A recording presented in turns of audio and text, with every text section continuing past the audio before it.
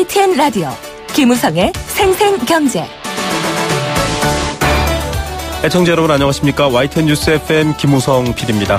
꼭 20년 전 IMF 이후 한국 경제 회복할 때 아주 큰 열풍이 불었습니다. 바로 벤처 열풍이었죠.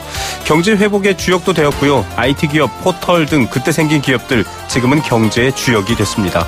정부가 4차 산업혁명 등 새로운 변화 또 일자리 소득 주도 성장의 일환으로 벤처붐 조성에 돈과 또 정책을 지원하겠다 이렇게 약속했습니다.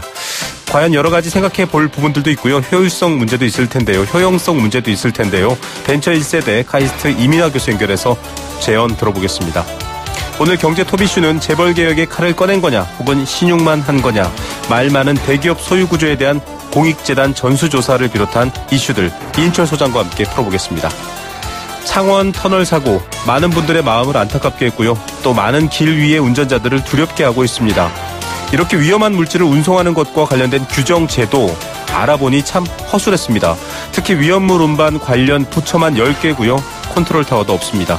교통문화운동본부 박용훈 대표 연결해서 재발 방지 대책 또 지금 운전자가 취할 수 있는 보호 대책들 알아봅니다. 경제의 소리, 그간 산업 비축기지들이었던 것들이 문화를 위한 문화 비축기지로 다시 태어났습니다. 김미란 캐스터가 다녀왔습니다. 2017년 11월 3일 금요일 김우성의 생생경제 지금 출발합니다.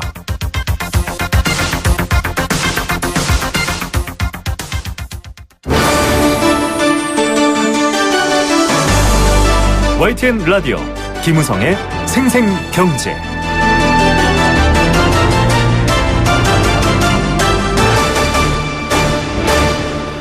네, 첫 번째 생생 인터뷰 보내드리겠습니다. 정부가 어제 혁신 창업을 통한 제2의 벤처붐을 조성하겠다 밝혔습니다.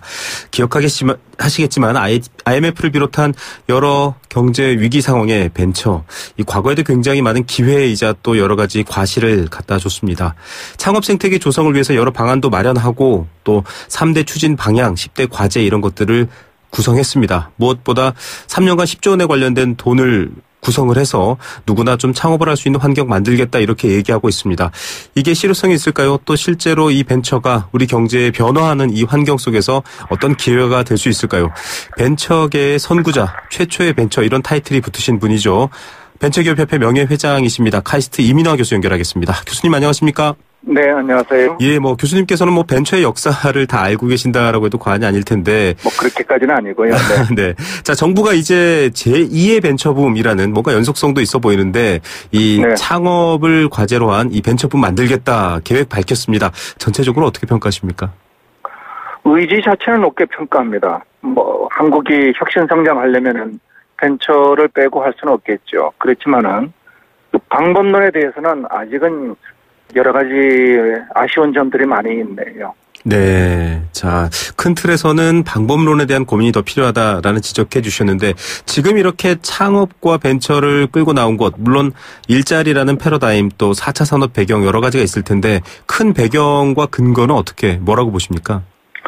결국은 혁신의 주역이 누구냐 하면은 벤처죠. 네.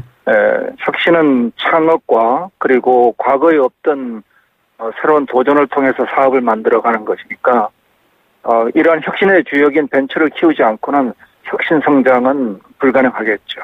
네, 자 혁신 지금의 구조로는 더 이상 성장할 수 없다, 어렵다라는 평가 저희도 많이 말씀드렸는데 그 혁신이 중심은 벤처다 지금 이런 말씀을 해주셨습니다.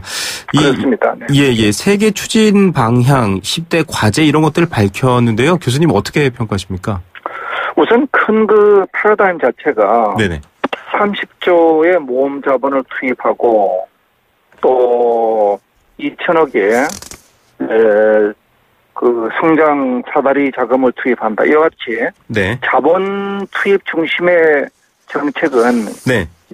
이미 한국의 혁신 성장에 적합한 정책이 아닙니다. 아, 네. 정부가 자원을 투입하는 것이 아니라 민간 자본이 투입되도록 선순환 생태계를 만드는 게 정부의 일이죠. 네.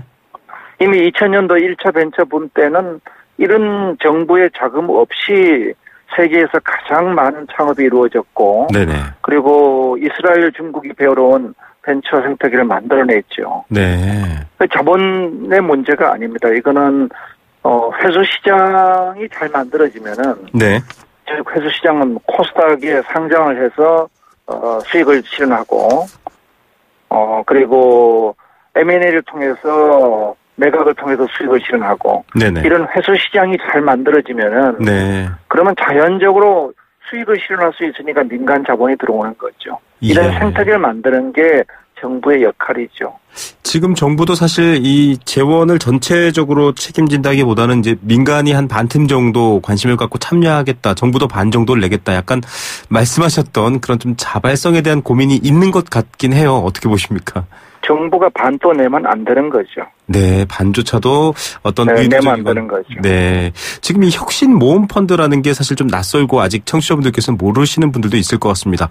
이걸 어떻게 봐야 될까요?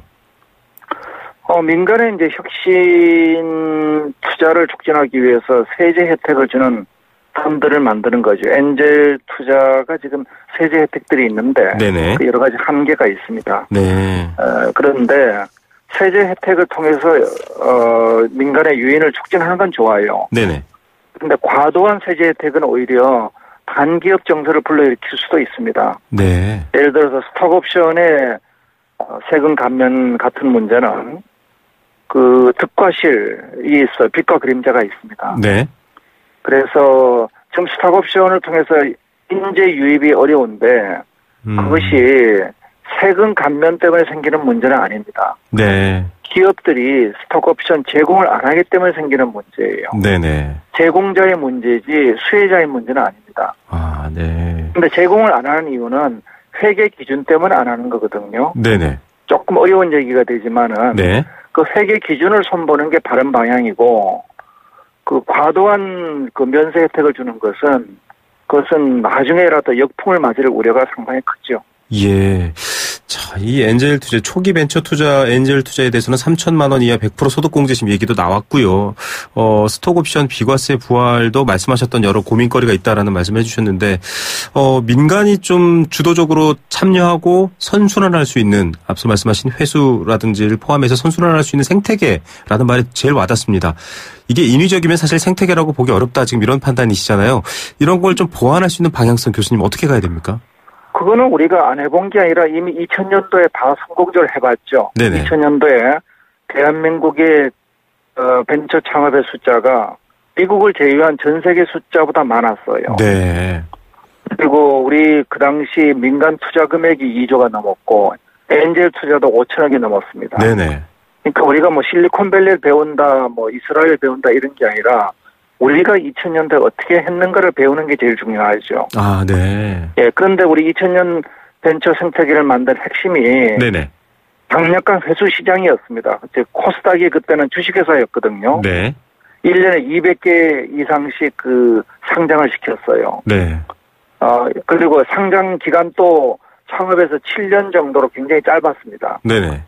그러니까 많이 상장하고 짧게 시간이 걸리니까 민간 투자가 투입 유입돼 들어온 거죠. 예, 자. 즉 회수 시장이 만들어지면은 네네. 그러면은 민간 투자가 이루어집니다. 지금은 코스닥은 코스피에 합병이 되고 나서 네. 거래소 합병이 되고 나서 상당히 부진했다가 조금 회복 중이지만 아직 미진합니다. 네. 거기다가 지금 상장에 걸리는 평균 시간이 13년이 넘어요. 네네.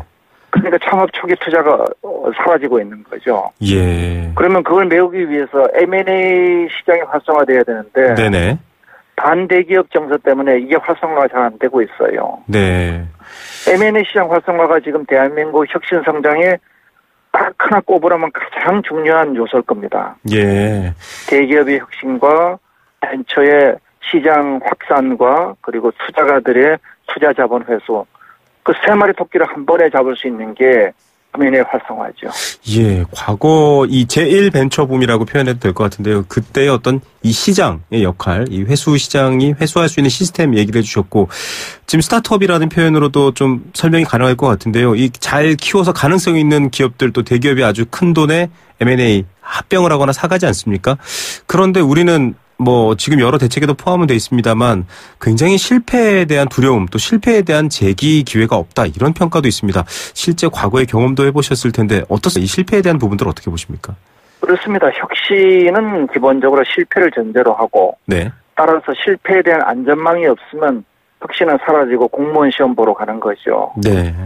따라서 혁신의 안전망이란 것이 정직한 실패한 사람은 신용불량자가 안 되게 하면 되거든요. 네네. 정직한 그래서 실패. 네. 유럽의 중소기업법 2조가 정직한 실패자의 제기를 원칙적으로 지원하는 겁니다. 네. 예, 그러려면은 대한민국에 매우 잘못된 주식회사 제도가 네네. 주식회사 창업자한테 무한연대 보증시키는 제도예요. 네. 원래 주식회사는 유한책임 회사입니다. 네네. 이걸 한국만 지금 무한책임 회사로 만들어놨거든요. 네. 이거를 이제 정상화시키는 게, 비정상을 정상화시키는 게 필요하고, 그 첫 단추가 지난 정권에서 했던 창업자 연대 보증 면제죠. 네. 예, 그래서 그게 지금은 이제 7년까지 확대되고 있습니다. 창업, 기술 창업 7년 이내 창업에 대해서는 네. 정부 지원에 대해서, 정부 보증에 대해서는 연대 보증 안 하게 돼 있죠. 예. 근데 이게 더 확산돼야 되는 거죠. 이 김동연 부총리 역시 실패 경험마저 사회 자산으로 축적되고 투자가 선순환되는 생태계가 필요하다라고 얘기하면서 지금 많이 보도되는 게 뭐 아모르패시픽 같은 회사의 창업 휴직제, 그러니까 벤처 차리로 나갔다가 실패하면 그냥 다시 회사로 돌아오게 만드는 이런 것들도 있더라고요. 이런 제도들이 좀 보완될 수 있을까요? 앞서 말한 뭐 구조적 문제도 있습니다만 이런 점들은 어떻게 보십니까? 그 상당히 부분적으로 크게는 아니고 굉장히 작은 부분에서 역할을 하지요. 다시 네. 재복귀 제도는 가장 중요한 거는 복귀 문제도 있지만 신용불량 문제입니다. 네. 책임 문제. 예, 그래서 신용불량이 안 되게 하고 네. 지금은 뭐 재기기업인 지원 제도란 게 있는데 네네. 그게 선별해서 재기시키겠다는 거예요. 네. 그런데 그렇게 되면 안 되죠. 선별하지 않고 정직한 기업이라면은 원칙적으로 제기가 되도록 해야죠. 예, 앞서 뭐 유럽 사례 말씀해 주셨던 정직한 실패에 대한 어떤 사회적 지원이랄까요? 이런 부분들 참 많은 분들이 끄덕일 것 같습니다. 일단 벤처는 뭐 지금 4차 산업혁명과 뭐 AI라든 여러 기술 플랫폼의 변화에 따르면 이 필수적일 수밖에 없을 텐데 정부도 방향은 제대로 잡았지만 아쉬운 부분이 있다고 했지만 좀 방법론적으로 더 확대되고 더 안정될 수 있는 것들, 앞서 이제 금융의 부분도 말씀해 주셨지만 이 창업 자체로서는 어떤 것들이 필요할까요, 교수님? 창업이 쉬워야 돼요. 창업이 쉬워야 된다. 네. 쉬워야 됩니다. 창업이 목숨 걸고 창업하는 창업은 네네. 많은 사람들이 하기 어렵잖아요. 네. 예, 그래서 실리콘밸리를 보면요. 2000년도에 평균 창업 자금이 500만 불이 투입됐어요. 네. 그런데 지금은 얼마냐? 5,000불입니다. 굉장히 쉬워졌네요. 네네. 뭐 창업이 쉬워졌잖아요. 네네. 5,000불만 투입해서 창업하면 되면 그거는 쉽게 창업할 수 있죠. 네. 이게 가벼운 창업 생태계입니다. 가벼운 창업 생태계. 그래서 네. 개별 기업을 지원하는 거는 이제는 줄여야 됩니다. 네. 개별 기업 지원이 아니고 이런 창업 생태계가 첫 번째가 오픈소스예요. 실리콘밸리의 첫 번째가 오픈소스. 비용을 줄일 수 있는 오픈소스가 필요해요. 예, 그러니까 내가 프로그램 만드는 거를 5%만 한다예요. 네. 95%는 남들이 한 거가 공유한다. 네. 두 번째가 클라우드입니다. 클라우드를 통해서 내가 개별적으로 서버를 가지지 않는다. 네. 세 번째가 혁신 생태계예요. 네네. 내가 설비를 따로 가지지 않는다예요. 이게 말씀하신 정말 그 쉬운 창업이라는 게 뭔지 사례를 들어서 말씀해 주신 것 같습니다. 이런 부분들을 좀 지금 여력이 부족하거나 여러 상황이더라도 좀 정부가 추진했으면 좋겠는데 좀 가능할까요? 어떻게 이 가능성 여부는 당연히 가능하죠. 네. 우리가 이미 그 2000년대 우리 세계 최고를 만들어 봤습니다. 네. 당연히 가능하고요. 네네. 그러니까 개별 지원을 하지 말고 네. 전체 생태계를 만들고 네. 순환 구조를 만드는 것, 즉 게임의 규칙을 만드는 게 정부의 일이고 그리고 심판을 봐야지. 네. 정부가 지속적으로 지원하게 되면 레몬마켓이 생기거든요. 네. 그러면 거기에 또 나쁜 사람들을 골라내기 위해서 규제를 해야 돼요. 맞습니다. 그럼 또 사람 손 들어가고 그러다 보면 선량한 창업자도 불편해지고. 네. 그래서 지원을 최대한 이제 줄여나가야 됩니다. 예, 단물만 빼먹고 좀 오히려 생태계를 혼란시키는 것들에 대한 부작용까지 있을 수 있기 때문에 이 말씀하신 것들 좀 보완해서 됐으면 좋겠다라는 바람도 가집니다. 교수님 바쁘신데 시간 감사드립니다. 네네, 감사합니다. 네, 벤처기업협회 명예회장이시죠. 카이스트 이민화 교수였습니다. YTN 라디오 김우성의 생생경제.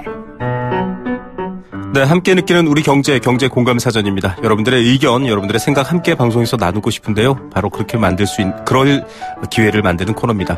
단문 50원, 장문 100원의 정보 이용료 부과되는 샵 0945번 문자로 참여하시면 되고요. 스마트폰 애플리케이션 예스도 열려 있습니다. 참여해 주시면 추첨을 통해서 도심 속 꿈의 놀이터 일산 원마운트에서 워터파크 스노우파크 이용권 선물로 보내드리고 있습니다. 오늘의 공감사전 주제는 창업입니다. 앞서 벤처 생태계 이야기를 계속 인터뷰를 했었는데요. 창업, 일을 새롭게 만드는 거죠. 선거 국면 또 정치에서는 창업보다 수성 이런 표현도 등장합니다.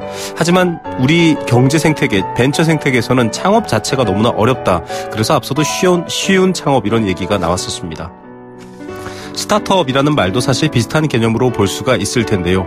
기본적으로 사람이 있어야 되고요. 물적 자원, 돈도 조금 있어야 됩니다. 내부 자원, 여러 가지 기술과 경쟁력이 있어야 되고요. 경영 능력까지 있어야 됩니다. 이런 시스템을 구축하는 작업이 창업 혹은 스타트업이라고 할 수 있겠죠. 여러 가지 창업과 스타트업이 많은 사회가 성장하는 사회고요. 미국도 지금 애플이라던가 여러 가지 수많은 회사들도 사실 그렇게 출발했습니다. 대기업들도 사실은 중소기업, 소기업이었었죠. 그런 기회로서의 제2의 벤처붐 정부가 일으키겠다라고 나서고 있습니다. 여러분들은 어떤 생각이십니까? 어떤 것들이 가장 필요할까요? 여러분들의 의견 기다립니다.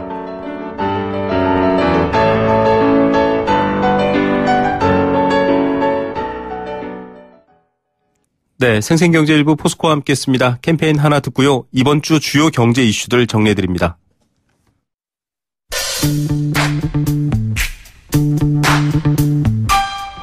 참 좋은 경제연구소 이인철 소장과 함께 이번 주 가장 중요한 경제 이슈를 정리해드립니다. 경제 톱 이슈. 네, 한 주 분주하게 지내고 이제 주말 향해 가고 있죠. 하지만 이번 주 이 경제 이슈만큼은 놓치시면 안 됩니다. 그런 이슈들 정리해 주시는 분이죠. 참 좋은 경제연구소의 이인철 소장님 오늘도 스튜디오에 나오셨습니다. 안녕하십니까? 예, 안녕하세요. 예. 자, 먼저 공정위 이야기부터 좀 해봐야 될 것 같습니다. 이 재벌 대표들 만났지 않습니까? 경영진 만났는데 한쪽에서는 그렇게 해서 재벌개혁 되겠나라는 말도 있고 한쪽은 좀 힘들다 그만 좀 해라 이런 말도 있고 좀 분위기가 갈리는 것 같아요. 맞습니다. 지난 6월에는 이제 4대 재벌 그룹 그러니까 삼성, 현대차, SK, LG까지였고 그리고 어제는 5대 여기 롯데가 포함이 됐습니다. 네. 그래서 이제 비공개로 한 1시간 정도 진행이 됐는데 앞서서 이제 모두 발언을 합니다. 기자단이 있는 데서. 그런데 네. 김상조 공정거래위원장이 선방을 날립니다. 자발적으로 재벌 개혁하라고 했더니 별로 달라진 게 없네. 정말 재벌 개혁 의지 있는지 의구심이 든다. 라면서 기선 제압에 들어갔는데요. 네. 사실 여기서 내건 숙제를 보게 되면 지배구조 개편 투명하게 해라. 일감 몰아주기 근절해라. 총수일과 사익 편취를 근절해라. 이런 사안들이거든요. 네네. 이게 사실 지난 6월 23일이 이제 첫 번째 만남이었고 어제가 두 번째니까 네. 기업들 입장에서 보면 이게 단기간 내에 풀릴 사안은 사실 네. 아니잖아요.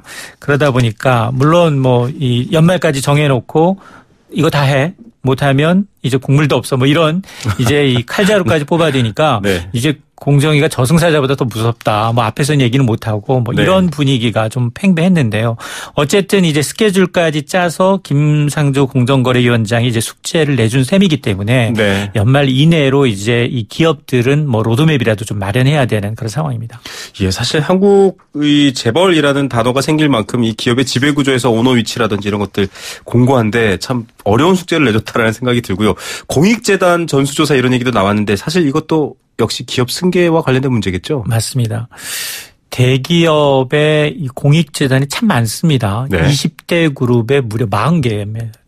그러니까 한 개 그룹이 평균 2개 정도 공익재단을 보유하고 있는데 네. 공익재단이라는 이 말 자체에 사적 이익을 추구하는 게 아니라 그룹 계열사로부터 십시일반 이제 재원을 받아서 운영하는 거죠. 네. 그러니까 그러다 보니까 공익재단 출연금은 증여세나 상속세를 면제해 줍니다. 네. 정부가 이런 조치를 해주고 있는데 그러면 정말 공익의 목적 학술이나 학자금 예술 지원하고 있느냐 자선사업을 통해서 정말 공공의 이익에 부합하고 있느냐 이걸 따져보겠다는 겁니다. 네. 왜냐하면 그동안 꾸준히 제기됐던 게 이제 공익이라고는 하는데 사실 이 공익재단이 계열사 상장사 지분을 과다하게 보유하고 있다. 네. 이 7개 이 공익재단이 거의 뭐 7조 원 가까운 지분을 그렇습니다. 보유하고 있어서 그 지분을 오너 일가의 어떤 지배를 강화 수단으로 편법으로 이용하고 있다라는 게 이제 가장 큰 문제다는 거고요. 네.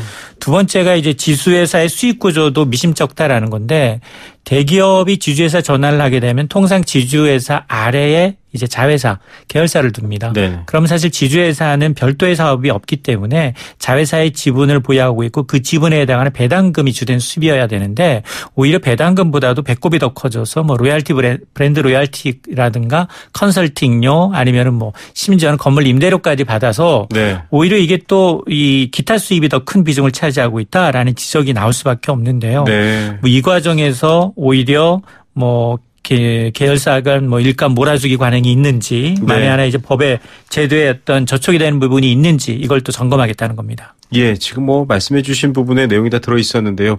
이 승계 부분뿐만 아니라 이 공익재단의 활동도 지금 벌써 자료들이 뭐 나오고 있는 상황입니다. 공익을 위해 쓴 바가 없다 뭐 이런 것들이 나오고 있는데 기업들은 사실 지금 이 글로벌 대기업들과 비교했을 때 지금 경쟁이 치열한 상황인데 다시금 좀 내부를 정리해라. 야, 이거 좀 지금 우리 한창 구글하고 경쟁해야 되고 애플하고 싸워야 되는데 좀 너무하지 않냐. 이런 얘기 하시더라고요. 맞습니다. 사실 뭐 김상조 공정거래위원장의 주장도 맞고요. 기업들의 불만도 어느 한켠에는 이해가 갑니다. 그래서 이제 분명히 당근과 채찍은 필요한데 사실 뭐 재벌 개혁이 느슨해지면 채찍질을 갈 수밖에 없습니다. 네. 그래서 뭐 기업 이제 뭐 집단국을 내세워서 압박을 하고 있는데 근데 이제 이게 단기적으로 효과가 있을지 모르겠지만 기업 입장에서 보면 이거 재벌 길들이기 아니냐라고 반발할 수 있다는 겁니다. 네.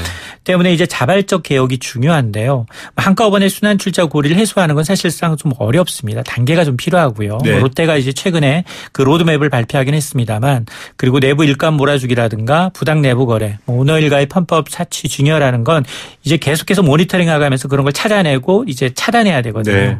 그런데 이제 그러면 이제 기업들의 입장에서는 적어도 이제 4개월 전에 그런 지시가 내려왔다면 공정의 요구 사항에 따른 어떤 로드맵을 짜서 이행하는 모습을 좀 보여줘야 되는데 네. 이게 안 됐다라는 질타고 또 이렇게 만일 자발적으로 개혁을 하고 있는 대기업에 대해서 과연 굉장히 이제 채찍만 가할 거냐 그게 아니라 오히려 인센티브를 주면서 네. 기업들이 이제 기업하기 좋은 환경으로 만들어줘야 하는데 사실 근데 대내 불확실성을 감안하면 그렇게 기업하기 썩 좋은 상황은 아니다라는 거기 때문에 네. 시한을 두고 언제까지 못하면 안 돼라고 윽박지르지 말고 정부도 기업과 좀 소통하면서 접점을 찾아가야 되는 해법을 찾아가야 되는 노력이 필요해 보입니다. 예, 재벌 이 과거의 구조를 좀 개혁하는 부분뿐만 아니라 이 지금 기업들이 원하고 있는 새로운 환경에 맞는 규제 여러 가지 좀 당근과 채찍 저도 궁금해지네요. 자, 우리나라 전체 부의 상당한 양을 차지하는 게 바로 삼성 시총입니다. 그래서 삼성의 모든 것들이 주목받고 있는데 사장단 인사했어요. 그렇습니다. 많이 바뀌었다 이런 얘기 나오던데요. 삼성그룹이 사실은 우리나라 GDP 25%를 차지합니다. 맞습니다. 그러다 보니까 삼성의 인사가 전 기업의 인사에 영향을 미칩니다. 네. 그러면 이번 삼성 인사의 3대 키워드는 뭐냐? 50대로 젊은 사람으로 세대 교체가 됐다. 네. 그리고 성과주의에 따른 인사였고요. 네. 또 미전실 성격, 미래전략실 성격의 사업지원 TF가 신설됐다라는 겁니다. 네. 그래서 사실 깜짝 발탁은 없었어요. 근데 이제 반도체 부분이 워낙 성과가 좋다 보니까 네. 반도체 부분에서만 전체 사장단 7명 승진 인사 가운데 4명이 차지를 했던 겁니다. 네. 그리고 이제 용태 의사를 밝혔던 권오군 부회장, 윤복은 신종균 사장이 오히려 승진했다는 겁니다. 네. 그래서 그동안의 성과에 대한 보훈 인사를 단행했고요.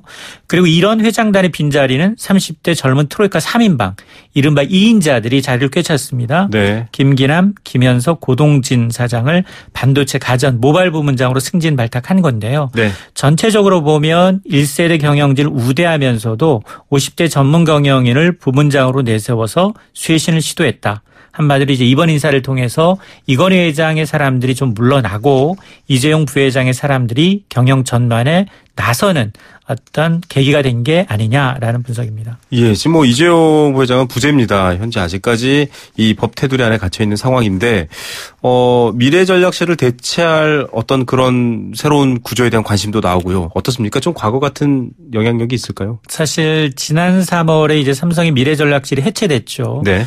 이 최순실 국정농단 사태와 연루됐기 때문인데 그럼에도 불구하고 꾸준히 제기됐던 게 그룹의 컨트롤 타워는 있어야 되는 게 아니냐. 네. 59개 거의 60개 가까운 계열사가 있고요. 50만 명의 이 임직원이 있는데 계열사 간 의견을 조율하고 미래 먹거리에 대한 투자는 필요하다는 겁니다. 네. 그래서 이제 삼성전자가 이번에 전자계열사 간 공통 현안을 협의하고 시너지를 내기 위해서 사업 지원 TF팀을 설치하겠다. 네. 근데 이 팀의 수장이 바로 전 미래전략실의 인사지원 팀장이라는 겁니다. 네. 정현호 사장이 맡았는데요. 네. 이 때문에 이제 삼성의 미래전략실이 부활하는 게 아니냐라는 분석인데, 근데 이제 삼성 측은 부인하고 있습니다. 이미 부문장 3인의 CEO를 중심으로 운영될 것이라고 선을 긋고 있고, 네. 사업 지원 TF라는 건 미래전략실 부활이나 컨트롤 타워 구축이 아니라 계열사 간 전략, 인사만을 담당하는 소조직이다라고 이제 해명을 하고 있습니다. 예. 자, 앞으로 반도체도 사이클이 있는데요. 이 이후에 새로운 바다, 삼성이 어떻게 헤쳐나갈지에 대한 부분도 관심사입니다. 오늘 말씀 감사드립니다. 네, 감사합니다. 참좋은 경제연구소 이인철 소장이었습니다.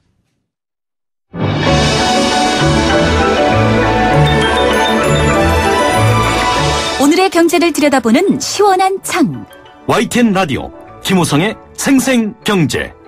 생생 인터뷰. 네, 두 번째 생생 인터뷰입니다. 예고해드린 대로 창원 터널 사고와 관련된 이 도로 안전 얘기를 해드려야 될 텐데요. 라디오는 특히 자동차 운전하시는 애청자분들 많이 듣고 계십니다. YTN 라디오도 마찬가지죠. 특히 직업 운전자분들, 버스, 택시, 화물 기사님들도 많이 듣고 계신데요. 참 마음이 무겁고 걱정이 많으실 겁니다. 창원 터널 참상이 보도될수록 저렇게 위험한 물질을 싣고 다니는데 어떻게 안전장치나 제도가 없을까 이런 의문도 드실 거고요. 당장 도로에서 위험물을 운반하는 차 만나면 나 어떻게 해야 되지? 이런 생각도 드실 겁니다. 자, 전문가와 함께 이 문제점 여러 가지 제도 또 보완책들 생각해보는 시간 마련했습니다. 교통문화운동본부 박용훈 대표 전화로 연결합니다. 대표님 안녕하십니까? 네, 안녕하세요. 예, 이 사건 희생자 가족 얘기가 구체적으로 보도되면서 더 안타까움을 자아내고 있는데 사고 원인 아직도 조사 중이죠? 네, 조사 중입니다. 이 경찰은 이 사고 차량에 대해서 아마 감식을 진행 중이고요. 네. 아마 관련된 그 화주나 이런 주변 인물에 대한 조사를 계속하고 있는 그런 상황입니다. 네. 예. 자, 이 사고 정말 너무 어이없다라는 얘기도 할 분들 많으실 텐데 단순 교통사고의 문제가 아니라 위험물질 운송이 지금 핵심 이슈로 떠올랐거든요. 네. 이렇게 위험물질들 정말 불덩어리가 날아다녔는데 이 위법하거나 잘못된 부분들 있죠? 어떻습니까? 그렇습니다. 지금 어제 사고가 안타깝긴 하지만 만일 그 위험물을 운송하는 상황이 아니었다고 한다면 네네. 예컨대 이 화물차가 단순 화물을 운송하는 상황이었다면 어제와 동일한 사고가 났다더라도 인명 피해가 이렇게 크게 나타나진 않을 것으로 이렇게 생각되거든요. 네네, 맞습니다. 근데 이 어제 적재한 화물이 지금 엔진 오일류, 윤활유로 이렇게 추정이 되는데 아마 네. 그것도 어제 인화가 쉽게 된 걸로 봐서는 다른 물질이 있지 않았겠느냐 섞여 이런 있을 것 같아요. 의혹도 네. 있습니다. 그래서 네. 일단 엔진 오일류라고 하더라도 이게 위험물질로 분류가 되거든요. 네. 그런데 그렇게 되면 그 위험물 운송 차량 그리고 위험물 운송을 할 수 있는 자격이 있는 운전자가 이것을 운송해야 되는데 네. 어제 운송은 일반 화물차로 운송을 했거든요. 그리고 그냥 일반 운전자도 트럭으로. 네. 이런 지금 자격을 갖추지 않은 것으로 이렇게 네. 나와 있습니다. 그래서 결국에는 이것은 그 화물을 의뢰한 화주나 네. 또는 조선업자. 네네. 지금 이 운전자가 지입 차량 운전자로 보입니다. 자기 네. 차로 이게 노후관 차긴 하지만 자기 차로 지입을 해서 네네. 영업한 걸로 추정이 되는데 그렇다면 조선업자나 이런 관련된 사람들이 돈의 문제 때문에 네네. 좀 값싸게 운송하려다가 이런 일이 벌어진 걸로 봐서 참 안타까움을 금할 수가 없습니다. 예, 자격과 책임이 있는 사람이 안전조치를 취하고 운행해야 되는 걸 그렇지 않다. 이게 또 돈의 문제가 들어가 있을 수 있다. 이런 안타까운 지적까지 해주셨는데 지금 사고 차량 운전자분께서 굉장히 돌아가셨지만 고령이십니다. 아까 말씀하신 네. 지입차주일 수도 있다 얘기했는데 이런 것들을 좀 체계적으로 관리가 안 되고 있다 이런 얘기가 나오고 있습니다. 이 물질, 앞서 말씀하셨지만 물질별로도 관리 부처가 다르고 보니까 뭐 한 10개 부처 정도가 관련되어 있고 컨트롤 타워도 없다 이런 말도 있거든요. 현황은 어떻습니까? 그렇습니다. 지금 그 위험물로 분류되는 그런 그 물질이 모두 이제 6가지로 분류가 되는데요. 네네. 이 산화성 고체, 가연성 고체, 그다음에 금수성 물질, 인화성 액체, 또 자기 반응성 물질, 또 산화성 액체 이렇게 6가지로 분류되는데 네네. 이것이 이제 관련 그 기관별로 말이죠. 네. 좀 다릅니다. 그래서 인화성 물질은 소방청에서 관할을 하고 네. 또 고압가스류는 산업부에서 관할을 하고 또 유해 화학 물질은 환경부에서 관할을 합니다. 네네. 별도로 이제 등록을 받는다는 얘기죠. 네네. 그리고 운행에 관련된 부분은 이제 면허 취득은 또 경찰청에서 면허를 네. 주게 되는 것이고요. 또 종합적으로 이제 물류 정책 차원에서 보면 또 국토부에서 관할을 합니다. 네. 그렇다 보니까 좀 분산되어 있는 측면이 있는 것이고요. 문제는 아까 말씀하신 대로 이렇게 분산이 돼 있다 하더라도 네네. 현행법만 잘 지키면 그나마 좀 그래도 이러한 위험성은 막을 수 있을 터인데 네, 그런 것도 안타깝고요. 다만 운전자가 이제 고령 운전자인데 네네. 이렇게 위험한 물질을 계속 운반하게 할 수 있는 것인가? 네. 사실은 현재 일반 차량을 운전하시는 고령 운전자들, 네네. 고령 운전자라고 다 위험한 건 아닙니다만, 그렇습니다. 네. 일반적으로 좀 개연성은 있는 것 아니겠어요? 네네. 그렇다고 한다면 이 운전면허 갱신 기간을 좀 단축을 해서 네. 이것을 좀 걸러내야 될 필요가 있고 또 영업용차라든지 이런 위험물 운반 차량의 운전자는 더 촘촘하게 좀 걸러내야 되는데 네. 지금은 65세 이상의 경우에는 강화했다고 해서 이제 5년마다 갱신을 하게 돼 있거든요. 네네. 이 갱신 주기를 좀 더 단축시켜서 위험한 그런 상태에서 위험한 운전을 하는 것은 좀 더 우리 적극적으로 좀 규제를 해나가는 쪽으로 좀 개선을 해야 된다. 그런데 선진국에서는 이런 것이 쉽게 되는데 우리가 이것을 인권 문제나 복지 네. 문제로 접근하면서 네네. 조금 안전이 좀 등한시되는 그런 측면이 있습니다. 네. 그래서 이런 부분들은 좀 운전을 못하시는 고령 운전자에 대해서는 다른 대안을 좀 만들어 드리면서 네네. 도로의 안전은 본인뿐만 아니라 다른 사람의 안전도 관련된 것이니까 네. 좀 정리해 나갈 필요가 있다고 봅니다.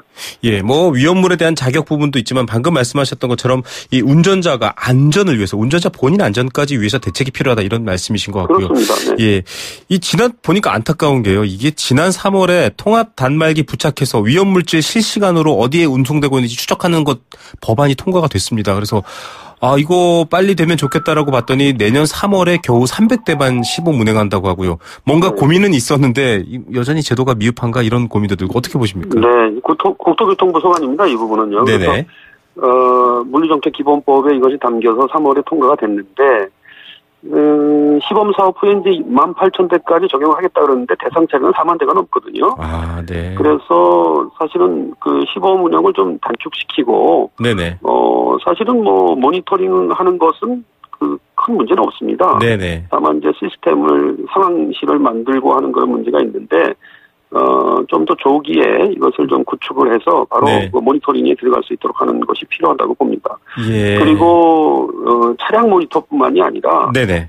지금 운전 자격을 위험물 맞습니다. 운전을 할 수 있는 자격을 가진 사람들이 일단은 해당 자격증을 갖거나 또는 교육을 받은 사람 이렇게 돼 있습니다. 네네.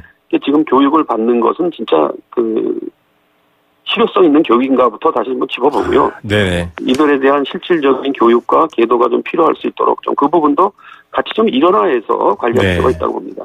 네. 예, 지난번 탱크로리 화재, 물론 그것도 마찬가지 인화성 물질이었습니다. 이 소방관분의 기지를 발휘해서 정말 인명피해를 극적으로 막았던 것들 많이 보도가 됐는데 네. 지금도 운전하시는 분들 저희 YTN 라디오 많이 듣고 계시거든요. 네. 이 옆에 탱크로리 지나가거나 뭔가 이 오일 실은 차들 지나가면 막 불안해하실 것 같아요. 네. 위험물질 운송하시는 기사님들도 마찬가지실 테고요.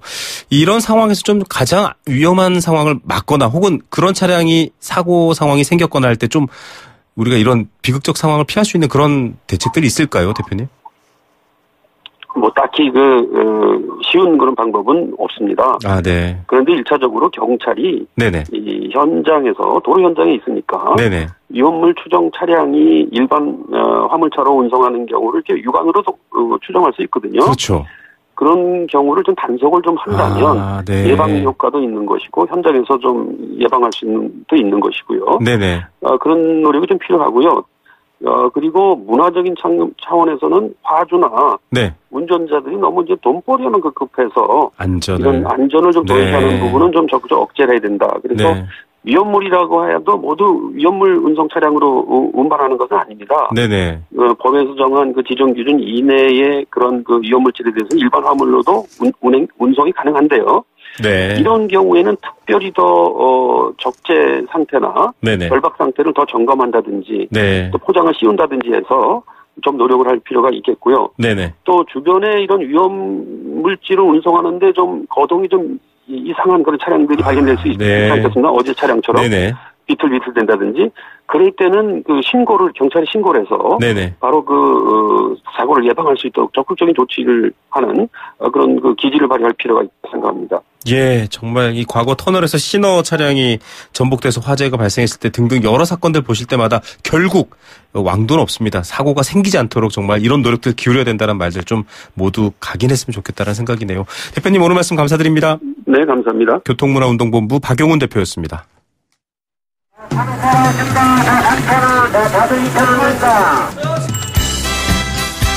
우리 삶의 경제 현장을 들려드립니다. 생생경제, 경제의 소리.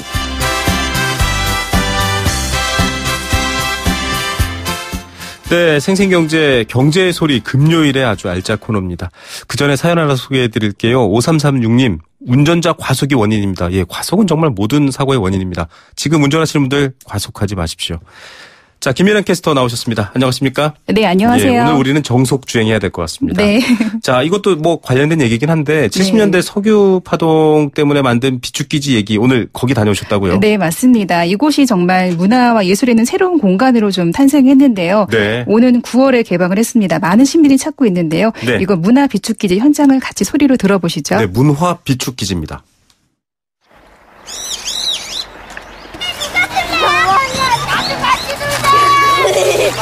민수야 던질게 받아. 아까 받아? 여기 눈 오고 비 오면 너무 아름다울 것 같아요.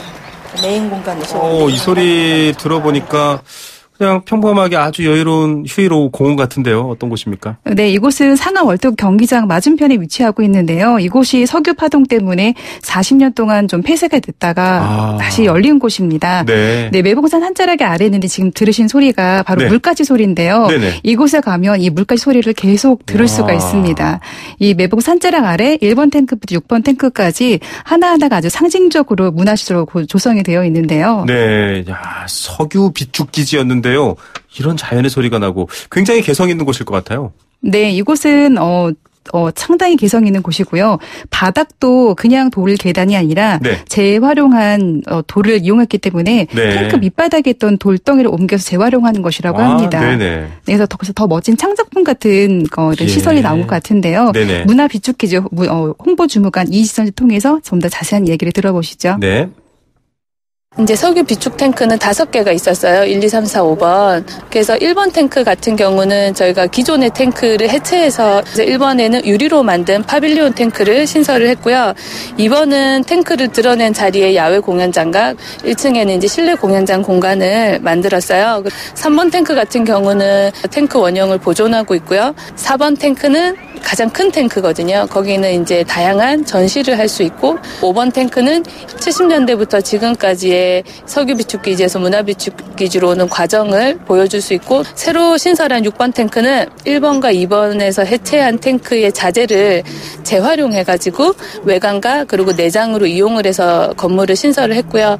여기는 이제 커뮤니티 센터로 회의실이나 강의실, 카페테리아 이런 공간들이 있습니다. 원형 회의실이라고 동그란 회의실이 있는데 그 안에는 1번 탱크를 해체한 탱크가 또 안에 이제 다 부착이 되어 있어요. 탱크, 정말 이 거대한 이 석유 저장하는 탱크 기억나시죠? 이게 이렇게 바뀌었다라는데. 네. 탱크면은 사실 깡통같이 안에 꽉 막힌 공간 아닌가요? 외부 안 보일 것 같은데 어떻습니까? 네, 맞습니다. 이게 한 10에서 한 18m 높이가 우와. 되는데요. 그 안에 그러니까 석유가 가득 차 있었다고 합니다. 네네. 좀 인상적이었던 것은 1번 탱크는 파빌리온 같은 경우는 네네. 긴 터널을 통과하면 전면 유리라는 소재로 찬란한 빛이 안으로 들어오게 돼서 네네. 이 녹음과 외벽의 안반을 볼 수 있는 뷰가 굉장히 멋지고요. 네. 6번 탱크는 1번 탱크를 해체해서 탱크를 넣어서 만든 구조가 마치 도너츠 같았거든요. 네, 그 옥상으로 올라가면 동그랗게 하늘을 보려올 수 있어서 매우 새로운 느낌이었습니다. 네. 자, 이게 이 탱크 정말 석유 비축하던 이 산업 비축이 문화 비축이 되는 이제 외형을 좀 얘기해 주시고 계십니다. 3번 탱크는 유일하게 원형 그대로 보존하고 있다고요? 네, 이 높이가 아까 말씀드린 대로 한 12, 18m 정도 되는데요. 네네. 원형 그대로서 바닥부터 높이가 상당해요. 그래서 네. 땅속 깊이 정말 얼마나 묻혀 있는지를 좀 체험할 수 있었습니다. 야, 실제 이제 과거 과거 이 석유 탱크 시절에 어땠는지를 그대로 볼 수 있군요. 네, 맞습니다. 네. 이런 것들도 참 공사할 때 좀 조심스러웠을 것 같다 이런 생각도 듭니다. 네, 그래서 옹벽을 드러내는데 마치 도자기 우물을 발굴하듯이 정말 섬세하게 작업에 드러냈다고 하는데요. 그렇게 흙 속에서 발견한 옹벽이 굉장히 인상적이었고요. 네네. 또 탱크 아래는 넓은 문화마당이 있어서 아이들은 뛰놀고 곳곳을 탐방하는 시민들이 많이 보였습니다. 네네. 좀 시민들의 좀 반응을 들어보시죠. 네. 아메바 놀이터라고 해서 아이가 너무 좋아하더라고요. 같이 몸으로 놀 수 있는 놀이터가 있으니까 초등학생 남자아이한테는 너무 좋았던 것 같고요. 지금도 그래서 아이는 저 지금 놀이터에 모래를 만지고 놀 수 있잖아요. 일단 색달라요. 이런 데를 처음 본 것 같아요. 이런 전시해놓은 것도 그렇고 좀 특색이 있었어요. 굉장히 개성적이에요. 오히려 그 탱크가 있었기 때문에 새롭게 만든 것보다도 있는 걸 재활용했기 때문에 거기에 따라서 더 좋은 창작품이 나온 것 같아요. 역사 탐방하는 것 같아요. 여기 탱크 6까지 쭉 올라왔었거든요. 아이들한테도 석유 비축기지가 문화비축기지가 그 사연을 설명해주고 했더니 굉장히 신기해하고 동네에 뭔가 이야기거리가 있다는 점에서 이거 재밌는 것 같습니다. 네, 6번 탱크가 저 월드컵 경기장에서 보여서 뭔지 싶어서 한번 찾아왔어요. 이런 게 있는 줄도 몰랐는데요. 저희 역사도 덕분에 알게 됐고 보존한 상태에서 또 이렇게 만들어 놓으셔가지고 제가 요즘 항상 주말에 어디 갈까 검색하고 하는데 아직 이런 게 검색이 되면 더 많은 분들이 오실 수 있지 않을까. 저도 사실 가까이에 있는데 못 가봤거든요. 근데 네. 정말 시대와 이 여러 가지 문화, 세대까지 아우르는 곳인데 안전할까 걱정돼요. 네, 석유가 비축된 곳이라 혹시나 좀 안전에 대한 좀 고민이 또 걱정하시는 분들이 있으실 텐데요. 네네. 우선 매우 안전합니다. 이 석유 비축 기지였을 때도 가장 주의했던 것이 석유가 누수가 되지 않는지 화재에 대한 안전이 가장 우선이었다고 해요. 네네. 이 석유가 비워지고 탱크를 해체하면서 그 밑에 토양 검사를 했는데 네. 전혀 오염이 1도 안 됐고요. 네네. 유독 물질이 나오지 않았지만 그래도 철저하게 유해 물질이 없도록 코팅 작업도 해서 아주 안전한 시설이라고 합니다. 예, 오염이 1도 안 됐다라는 김미란 캐스터 직접 가보셨으니까 믿어보겠습니다. 네. 도시재생 사업을 통해서 새롭게 조성된 공간이잖아요. 네. 여기도 신재생 에너지 사용된다고요? 네, 그래서 맞습니다. 이곳은 그래서 냉난방은 이 지열, 땅 속의 에너지를 이용해서 운영하고 있는데요. 네. 땅속 205m를 뚫어서 내려가면 겨울에는 지표보다 따뜻하고 여름에는 시원하게 유지가 된다고 해요. 네. 이 지열 에너지로 전력을 다 이용해서 보통 건물보다 약 80% 정도는 에너지를 절감할 수 있다고 합니다. 네네. 또 빗물과 오수를 받아서 다시 정화해서 쓰고 있는데요. 네. 빗물은 300톤 정도를 저장해서 조경 경수로 사용하고 있고요. 6번 탱크 밑에 그 300톤의 탱크가 숨겨져 있다고 합니다. 예, 산업을 움직이던 기름이 이제 빗물과 자연이 담겨 있는 곳이 됐군요. 친환경으로 운영한다고 하는데 그 옆에 매송산이 있다면서요? 네, 거기도 가볼 수 있나요? 네, 바로 산자락으로 연결이 되어 있는데요. 제가 좀 특징적인 게 이 매봉산에는 물같이 텃새가 많이 살고 있다고 해요. 네네. 또 청설모, 꿩도 살고요. 또 오색 딱따구리가 나무를 쪼는 모습도 볼 수 있다고 하는데요. 네. 이곳의 생태계를 연계한 프로그램도 다양하게 있습니다. 이 네네. 홍보 주무관을 통해서 좀 더 자세히 얘기 들어보시죠. 네. 매봉산 생태 지도 만들기라고 하는 프로그램은 이제 시민들과 함께 여기에 있는 어떤 나무, 곤충, 새 이런 생물들을 조사해서 그들이 어디서 어떻게 살고 있는지를 지도로 만드는 이런 워크숍도 진행하고 있고요. 살고 있는 곤충들이 살 수 있는 그런 집들을 자연적인 소재를 가지고 만드는 곤충 호텔 만들기 워크숍을 시민들과 함께 진행을 하고 있습니다. 문화비축기지는 많은 시민들이 공간을 어떻게 운영했으면 좋겠고 바람들이 많이 실현이 된 공간이고요. 앞으로 시민분들이 여기 와서 동호회 활동이든 음악을 연주하는 것이든 저희가 언제든지 열어놓고 공간을 공유하고 있으니까요. 그렇게 많이 적극적으로 이용을 해주셨으면 좋겠습니다. 네, 매봉산 정말 가보고 싶습니다. 굉장히 멋진 공간으로 앞으로 행사 같은 것들도 있다고요? 네, 저는 이 매봉산의 자연과 또 석유 탱크, 이 세월이 주는 깊이감, 새로운 문화 공간의 조화가 정말 재밌고 아름다웠는데요. 네. 11월에는 다양한 또 전시와 시민시장 체험 프로그램도 열리니까요. 꼭 문화비축기지 가보시라고 권해드리고 싶습니다. 네, 산업비축 공간이 문화비축으로 바뀐 곳 여러분도 꼭 가보시고요. 그런 가을날 보내셨으면 좋겠습니다. 오늘 감사합니다. 네, 감사합니다. 김미란 경제캐스터였습니다. 네, 생생경제 포스코와 함께했습니다. 7292님, 재벌도 개혁해야겠지만 고위공직자들도 먼저 좀 정화돼야 됩니다. 라고 했습니다. 예, 이 다주택자 관련해서도 고위공직자 중에 다주택인분들 많다 이런 보도도 나왔었죠. 네, 이쪽 칼날이 저쪽 칼날에도 들 수 있다라는 양면의 칼이었다라는 생각이 들고요.